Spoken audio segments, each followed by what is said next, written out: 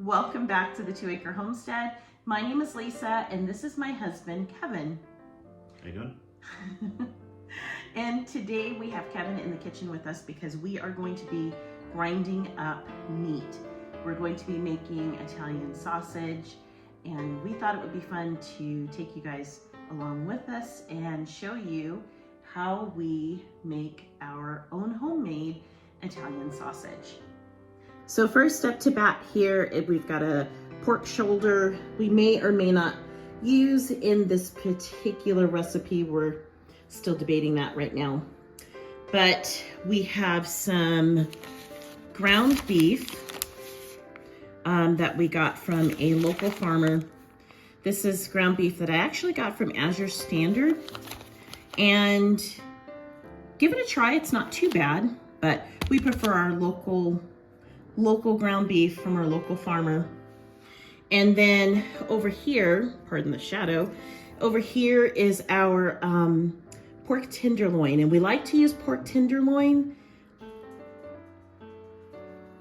So prior to putting it in, we like to sprinkle just a little bit of seasoning just to make sure that the seasoning gets in pretty much every nook and cranny of the meat.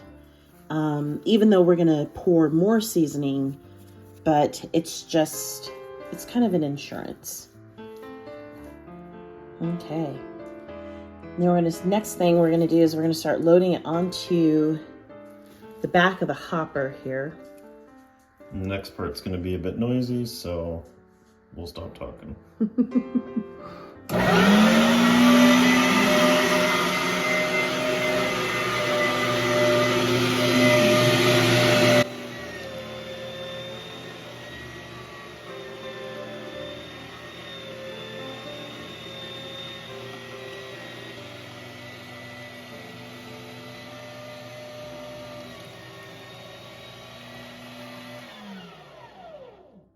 Then let me see if I can clear this. So this die, the holes are a little longer, and what we'll do is we'll just finish this up and then we'll run it with this one. There's one that has smaller holes, that's what I was talking about before. Smaller than this, but I think this is probably the limit that we want to do. Okay. We just don't want it to gum up. Yeah.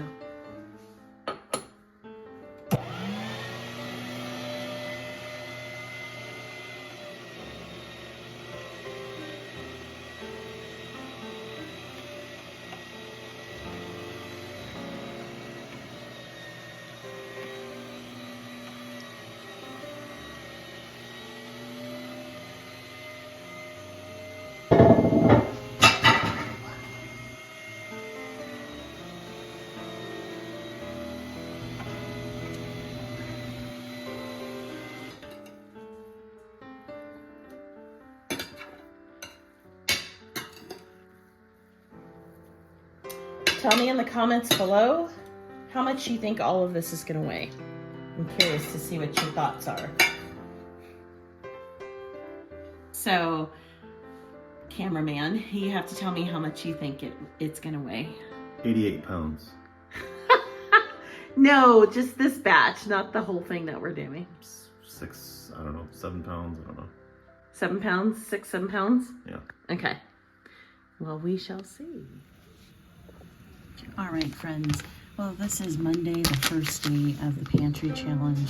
I decided to make a bunch of gnocchi and smother it in some homemade tomato sauce. These are tomatoes we grew.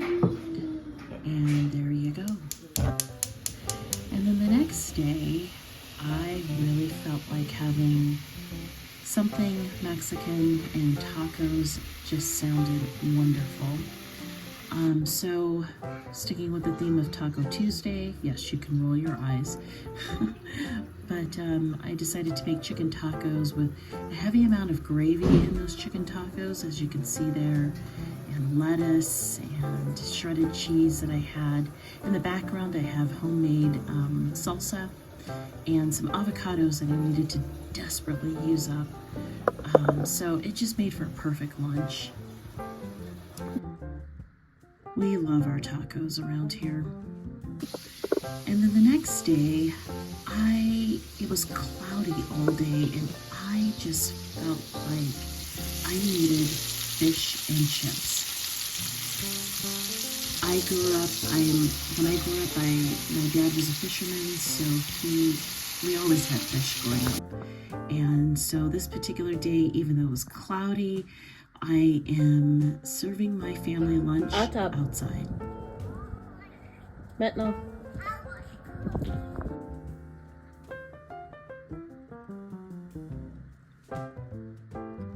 Then the next day, which is Thursday, we felt like having fried rice, and that was a request from someone in the family. So I decided to make a big old batch of fried rice. I always like to get my water boiling first and then go ahead and put the rice in. I needed a few more ingredients though, fresh ingredients, and since I'm not going to the store, I thought, let's go to the garden. As you can see, nothing is growing in my garden, and the winter months really reveal how messy of a gardener I am.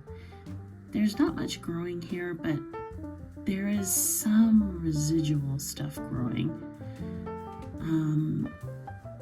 We're supposed to get snow in a few days, so whatever is left is going to be killed off by the snow. They're predicting overnight lows in the teens in our area, so I felt like I wanted to come out here and just get some of the kale that is remaining here in my garden. And much to my surprise, the kale wasn't that bad. It was a little worse for wear, but it really wasn't that bad. I also have some cabbage that I really need to use up. I just, for whatever reason, that didn't get harvested, so I'm gonna go ahead and harvest that later in the week, next week, before the snow hits.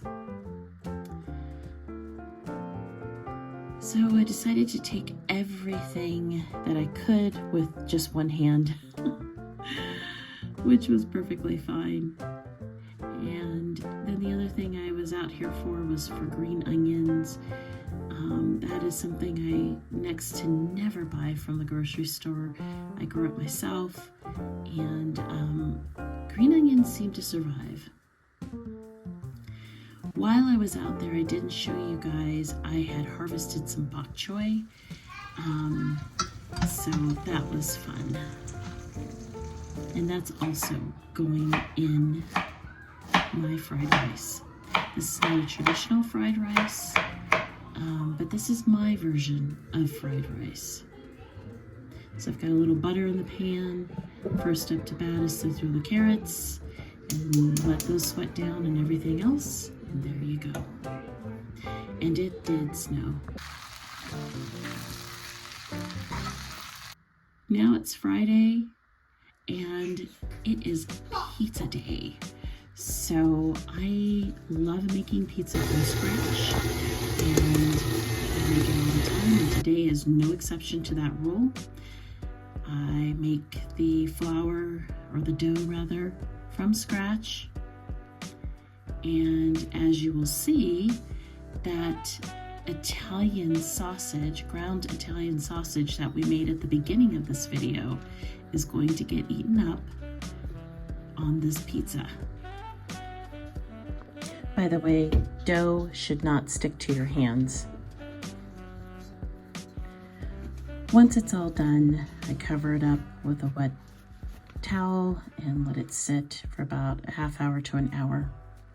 And here is my homemade Italian sausage that we opened this video up with. Now it's time to go back into the pantry and get some important ingredients like tomato sauce,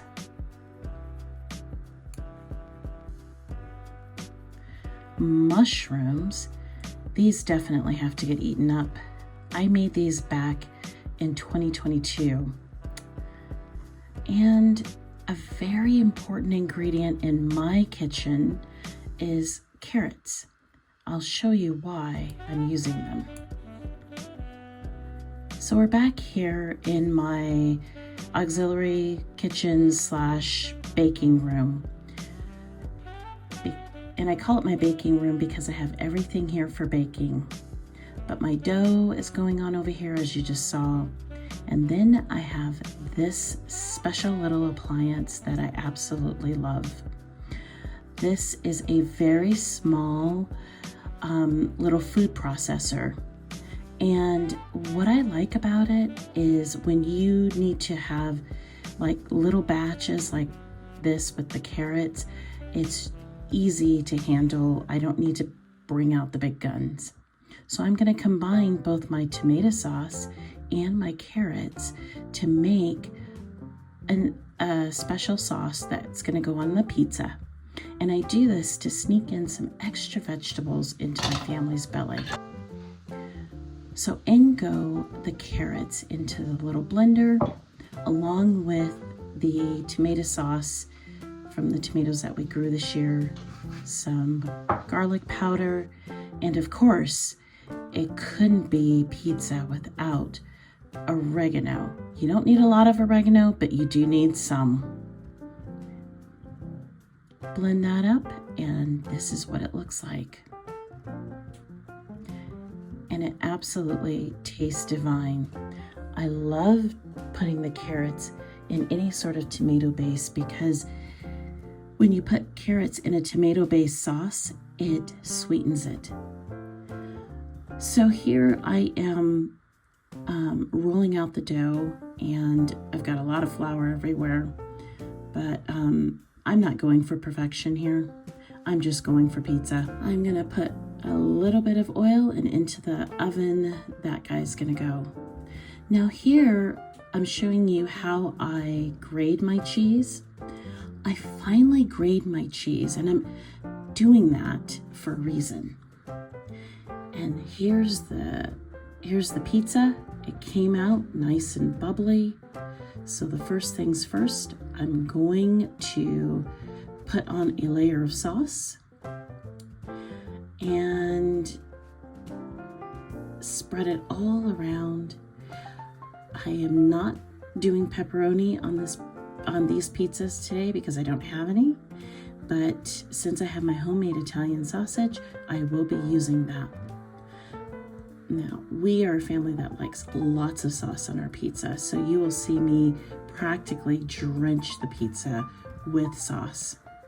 Now, the other day I went out to the garden and got some kale, and so I had finally chopped up the kale and sprinkling that right onto the pizza, along with onions, mushroom, and I'm topping it off with a little bit of basil from the garden. And into the oven this one goes. And the next two pizzas will be just the same. And here is the bubbly goodness result. I think it's a perfect way to end a Friday. Now, we're going to continue the challenge, obviously, throughout the weekend. But I just thought it would be nice to show you what this challenge was like for us this week.